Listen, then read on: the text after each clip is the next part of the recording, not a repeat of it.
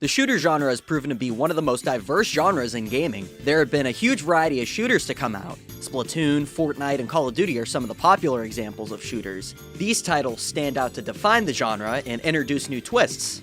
Unless your name is Overwatch, Valorant, Apex Legends, Paladins, Marvel. Hero shooters have always been a rough subgenre for me to stick around with, from the repetitive stages and modes to the incredibly toxic fan bases, and even overcharging for cosmetics. This subgenre is in a really rough spot right now. Don't get me wrong, some hero shooters have been innovative in their own ways, but I've always felt like that these games don't add much to the table in the grand scheme of things. Today, I would like to take a deeper dive as to why the gaming industry needs a break from hero shooters.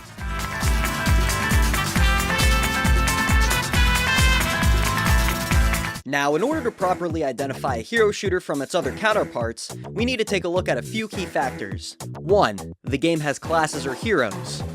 2. The heroes you pick and are teamed with determine if you win or not. 3. Teamwork is key. 4. Capture the point, payload. Capture the point, payload. Capture the point, payload. Capture the point! Do you see why it's so hard for me to stick around with these games? Hero shooters generally involve the same two modes being queued up with weirdos, cringy e-daters, struggling fathers, or little Timmy who got Call of Duty for his 6th birthday because his parents didn't know that a game with a realistic art style would have copious amounts of blood and gore in it. And these games can be difficult to enjoy if you don't have the right people to play with. Most of the time they're toxic. If I shot at the floor in Splatoon 3, I would be considered MVP, but if I shot at the floor in Overwatch, I would get called a slur.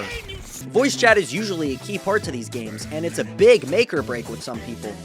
I know communication is key in these games, but I would like not to be called a babbling idiot if I'm trying out a new character for the first time. To me, hero shooters generally suck because of how the devs and players treat the game. For example, when Overwatch 2 dropped, the fans of the original didn't really like it that much with it going to free-to-play, and then proceeding to shut down the online servers to a $40 game. Not to mention them dropping the ball with the PvE campaign, and I'm still mad about how they treated the Persona 5 collab. Overwatch was a good game until they made false promises and ultimately pissed off their entire fan base. I'm mixed up on how to feel about Marvel Rivals. They pay attention to their players' feedback, but it feels like that they prioritize some heroes a lot more than others. That's also another problem with why these shooters suck.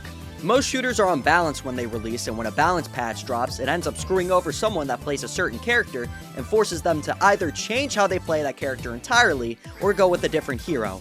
It's not just the balancing issues for certain characters. Cosmetics can be either a treasure trove or a single peanut depending on who you play as. For example, I played Hawkeye because he was a fun character to play as. The problem? Hawkeye barely gets any cosmetics, and the one that I actually wanted was vaulted for good. I just wish that these devs properly allocated cosmetics like, oh, this character hasn't gotten any cosmetics in a while, let's design one for them. If they properly distributed how many cosmetics each hero gets, it would be a lot better. Now, let's talk about arguably one of the most controversial things to happen in gaming. Pay to win.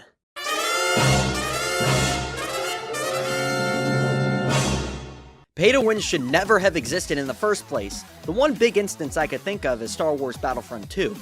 EA, being the money-hungry they've always been, locked certain abilities and progression behind loot boxes. Why would you lock not only new moves for characters, but also how players progress behind a paywall? Thankfully, the loot boxes were removed in 2018, but they never should have done it in the first place. There was also a similar sense in Plants vs. Zombies Garden Warfare 1 and 2, but you can earn currency through missions and playing the game. Granted, the pay-to-win aspect exists. But don't get me wrong, PvZ Garden Warfare is one of my favorite games in the genre, but EA could have done a lot better with how customization and progression were handled in both of these games. With all these hero shooters that have flooded the gaming sphere in modern times, it really makes you wonder where it all began.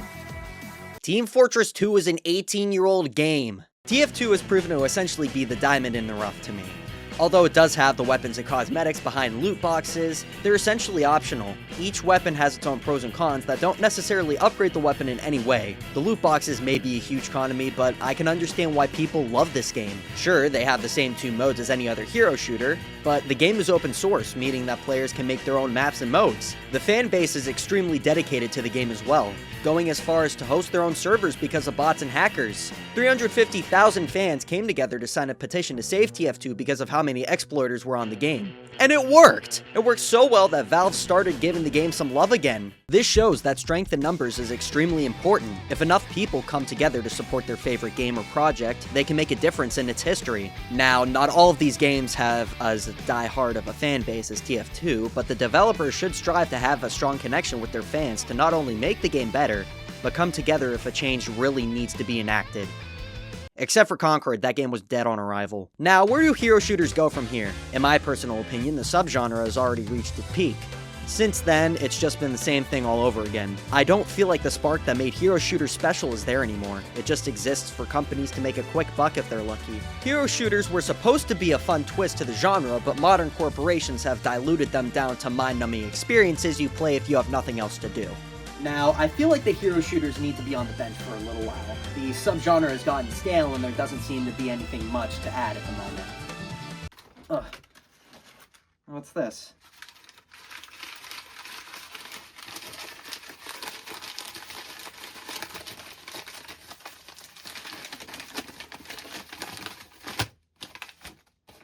Dear Lucas, you should talk about League of Legends. Ew, no! Don't you understand how bad this game is? The fan base is either toxic, overweight, or both. And looking at this paper makes me...